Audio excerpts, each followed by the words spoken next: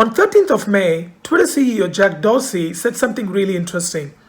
Or rather, a spokesperson said something really interesting. What he said was, to quote and unquote him, when we're going to open our office doors will be our decision, but when the employees want to come back to the Twitter offices will be theirs. What he means by saying that was, Twitter employees can work from home as long as they want to do so. For your information, Twitter headquarters in California will be opening their doors in September. So why an organization, such a large organization like Twitter, would say something like this? The devil is in the details.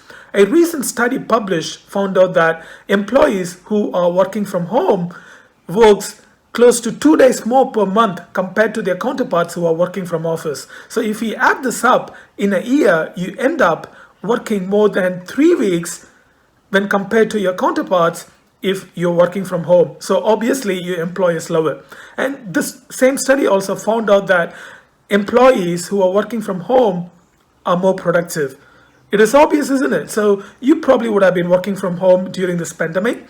So if you're sick, you probably wouldn't want to call your employee or pull a sickie because you would be thinking, I'm already at home, I'm going to sit and do my work at my own pace rather than pulling in a sickie. Right? And also, you are always in front of your computer, be it checking your work emails, or be it checking your personal emails, or be it attending work meetings through MS Teams or Zoom. So it's very hard for you to switch off from work.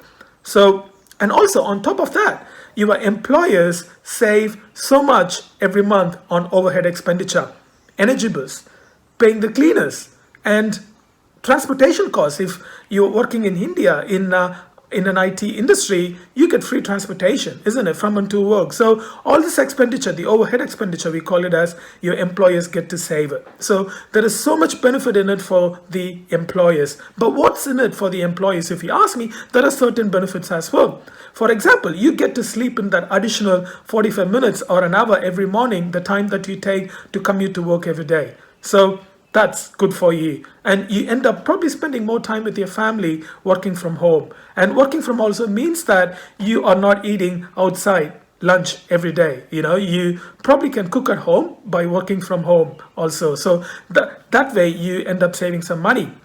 And if you are someone who pay from your own pocket for your transportation to work, you save on that as well. So there are certain benefits here for the employees as well. But then there is a lot of downside to this. So as I said before, if you're working from home, you are working more. You are doing free work for your employer. So it's very important that you find a way to switch off when you're done with your work, right? And also, working from also means that you are spending more on energy bills, because if you live in a hot country, you end up spending more on your aircon. You're probably running your aircon all the time. Or like me, if you're in a cold country, you end up spending more on running your heater. I run my heater 24/7. But then countries like Australia and other Western countries allows employees to claim these expenditure that cost you to work from home during your tax return. So I'm not sure what the situation in India is. So look, there are benefits and downside to working from home. Which one you prefer? Would you prefer working from home even after this pandemic, or would you prefer going back to your work? Leave your comments in the comment section below. I'll see you next time with a new video. Thank you so much.